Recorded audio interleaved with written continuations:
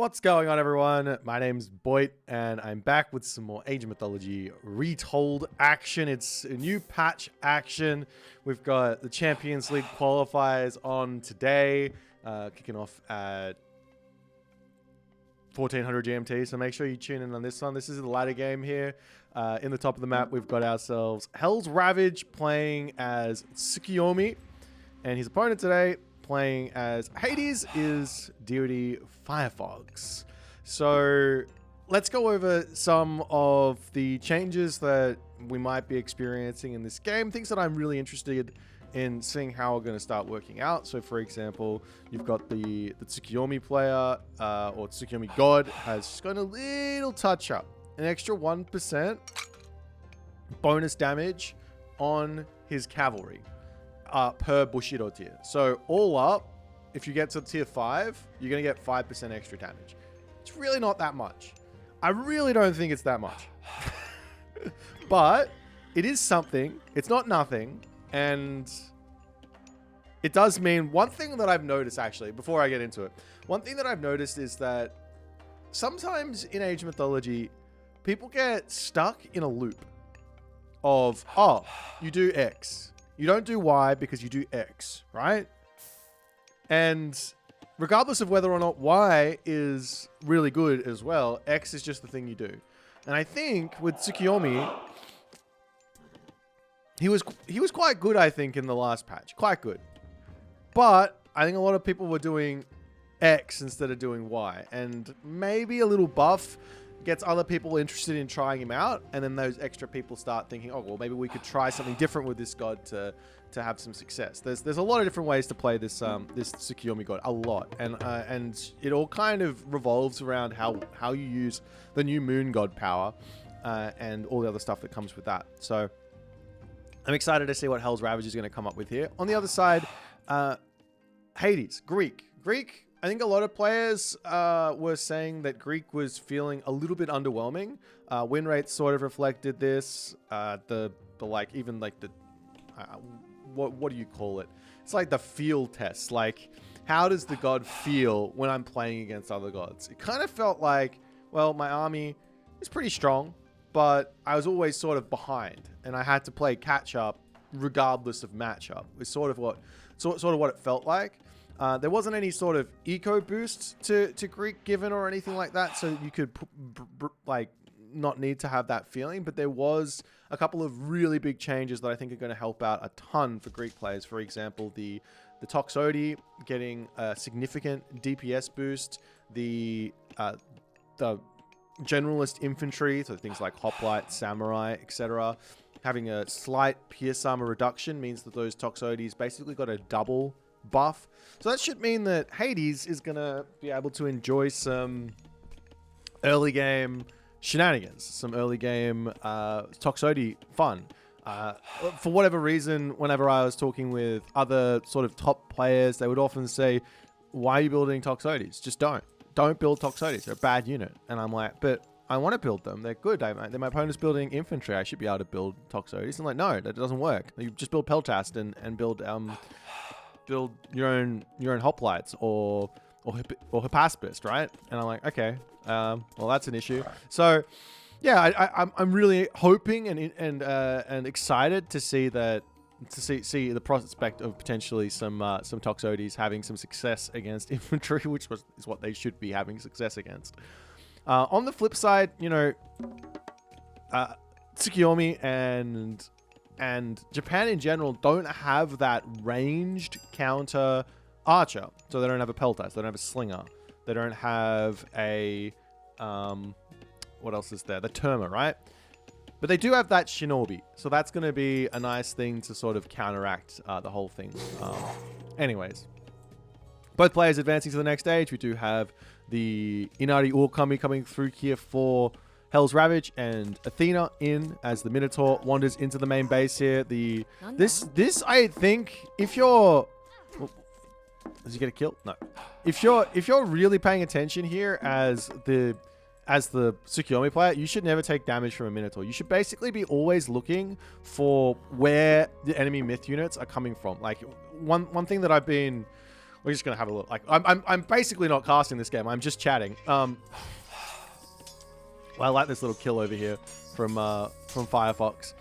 But one thing you always should be doing with your Kitsune as Japan is you should basically be tracking your enemies' myth units such that you can intercept them with a Miko when they come into your base and prevent any damage from coming in. At the moment there, wow, lots of damage coming through from Firefox. He's gonna snipe one Miko there, turns around, snipes one Kitsune, gets the other Kitsune.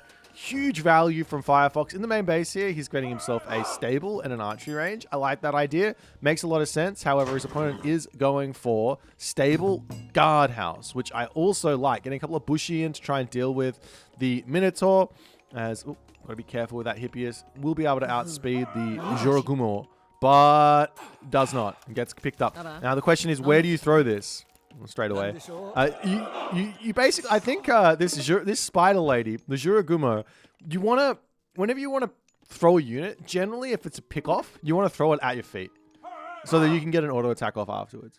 That's the hack to this unit. You can control it. You just, like, whenever she picks it up, you right click where you want it to go and just put it at the feet of the spider, and you'll generally kill off, whether it's a villager, whether it's a Hippias in that situation. It's really, really good. Meanwhile, we are seeing a town center coming up for Firefox, which I like the idea here. You don't really want to fight Japan all too much, but right now a lot of return fire coming in. And if we just take a look at the Bushido coming through, every single one of those attacks getting just a little bit of XP in, as the spider does pick off the toxotes, and the Hippias will be going down. Now this town center for Firefox is absolutely amazing. Sentinel's down on here. He's got Hunt on the front. He's got the Hunt on the back. He's got a Relic here as well. Eye of Ornu. Definitely want to be picking that one up and keeping it away from the Japanese player.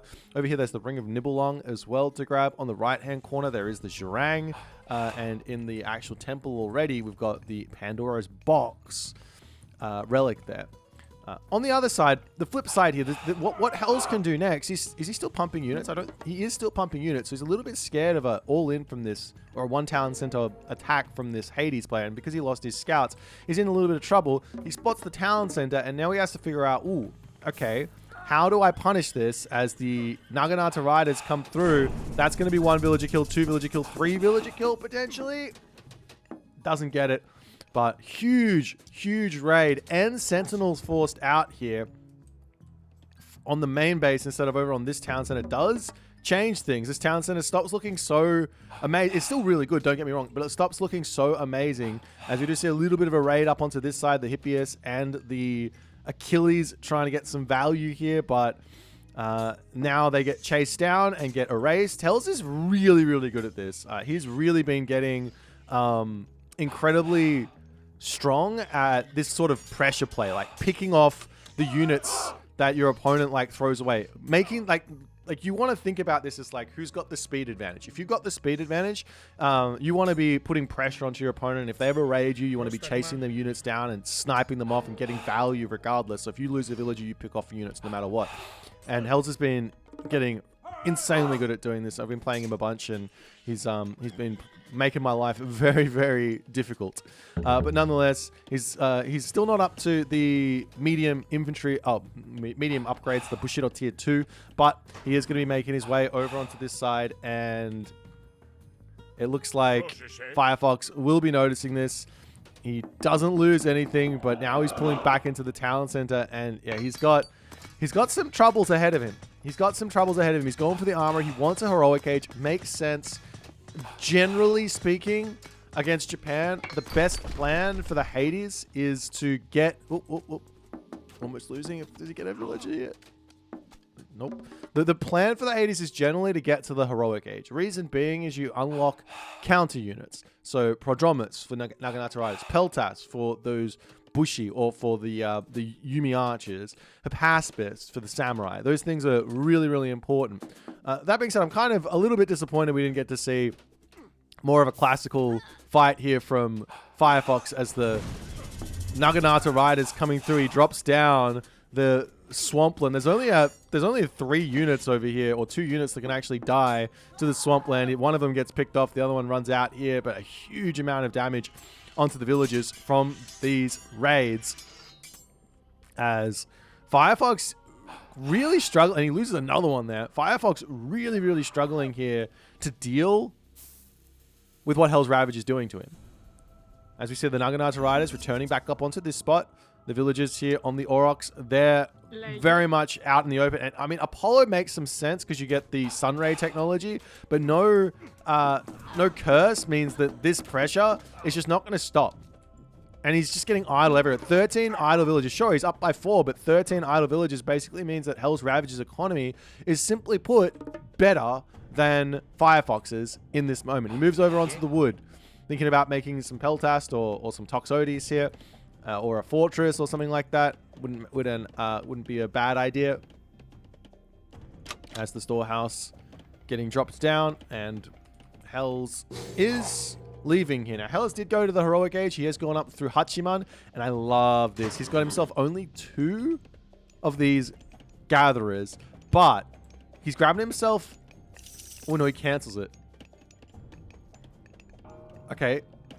I don't love it anymore. I was thinking he might be going into the Tengu. One idea here is when you're going up through Hachiman, if you've got the favor, these Tengu are really, really cheap. They might unironically be too cheap. They're 200 wood, 15 favor. They might be too cheap.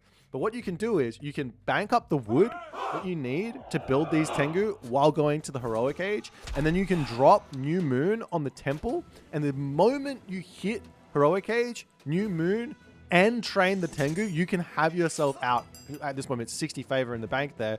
You can get 4 Tengu out in an instant, having 5 total for an insane timing. And you also get that Ivory net scale. You also get all the other technologies, especially like the Kitsune one. So you can go 2 Kitsune and join them up with the Naginata Riders to have them move up to speeds of like 6.4 or 6.6. I can't remember what it goes up to, but they can go really, really fast. This here fortress coming up, and Hells does at the moment have an incredible technological advantage here. He's up to bronze as opposed to 0 upgrades for Firefox. Now, Firefox, there is one idea here which could be a pretty strong way to go if he's got the resources to grab, which I'm not sure he does. It would be straight to the Mythic Age for Fire Stairs, for dropping down the Plenty Vault, for getting himself fully armored up, and that will completely nullify any sort of advantage which Hells has right now in terms of this tech. But that being said, he has to also defend against all this stuff. He has to figure out a way to defend against it, and realistically, arrows against the 60% pierce armor Naginata Riders, I don't know. I don't think you're going to be able to kill too many of these Naginata Riders. As I say, one dies, but it was nearly dead anyways.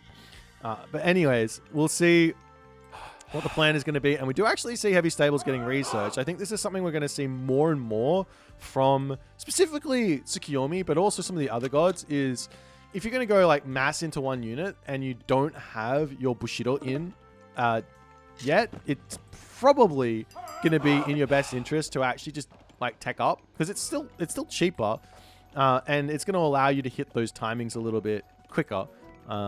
Obviously, players want to get max value out of their god, but sometimes, you know, pay for something and enjoy. You can also scare your opponent into thinking you've got that next tier of Bushido, even if you don't.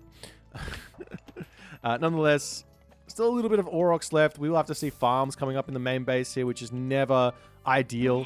And there is a tiny differential in military value, but nothing that Firefox can't deal with here, it seems. He does have the Hephaestus pre-queued, so he wants that heroic age. I mean, he's got himself a nice gold mine over here. He's dropping a market maybe to buy some food, and he's finishing off the food over here. He does have this caribou on this side, which unfortunately Hells has not been paying attention to, as the Katoskopos is going to get sniped there. But if he can slip through here, is there any sort of way? Yeah, there's probably a way to slip through this way. No way on the... Nah, I don't think he can get around the back. But maybe just straight through the middle here to go into that food wouldn't be a bad idea. But he's coming over here, sees the fortress, does drop another low HP unit there before pulling back out. And Hephaestus is now queued up. Firefox is trying to get to his power point, but we see Okuninushi coming through. So all of a sudden, all of this advantage that Firefox would normally have, like in getting off a night. I wouldn't call this a clean fast mythic, but it's pretty clean. He hasn't really had to build that many units. He's got 2,000 military resource value. He's a pretty quick heroic age. This is in the realm of calling it a semi-fast heroic, which just means he's built some units and then he went to the mythic age or semi-fast mythic age. But Okuninushi means another new moon on the armory. And he's going to have all of his armory upgrades. He's probably going to be close to getting to... No, he's not going to be close to getting to champion, but he can go for a... He can just research the champion upgrades there. He's also going to be able to have what I think is probably even better call than dropping the new moon on the armory is dropping the new moon on the temple. I keep saying this, but I think everyone's ignoring me. You get out Omuraki here. And especially with 100 favor in the bank, that's four. They're 25 favor, I think. I can't remember. I think it's 4 on Meraki plus the free one. So if you bank up the, I think they're like 300 food or something at the moment, 250 food. If you bank up 1,000 food, drop the new moon, build all of the on Meraki, you get them instantly, and you're literally good to go on actually dominating your opponent's army without even needing to fight it at this point. So there's a really, really, really big timing. Obviously, there's the heroes you got to be worried about, like Chiron, Perseus, and things like that. Let me just double check this thing. What does this cost now? It did get changed. Yeah, 250 food. Oh, it's 30 favor. But anyway, it will be on the armory. I'm not surprised. This is the way that people are playing right now. They're yet to really start experimenting with all of this myth unit nonsense as we see another Shogun in. There's now 2 Shogun, which means Samurai up the wazoo. And we're also seeing some Onmyoji getting created as well as those Oyumi already out here. I think they're all Yumi. I think this actually just means big. So O means like Orki, big. I could be wrong on this. And Yumi. I don't know. I'm making things up. I'm learning some very, very unusable Japanese in the past month. I've been hanging out with the Japanese community and chatting about strategy with them, and they've been teaching me some shenanigans. Anyways, Armory gets sniped down incredibly fast there by those Onmyoji and the on the Oyumi.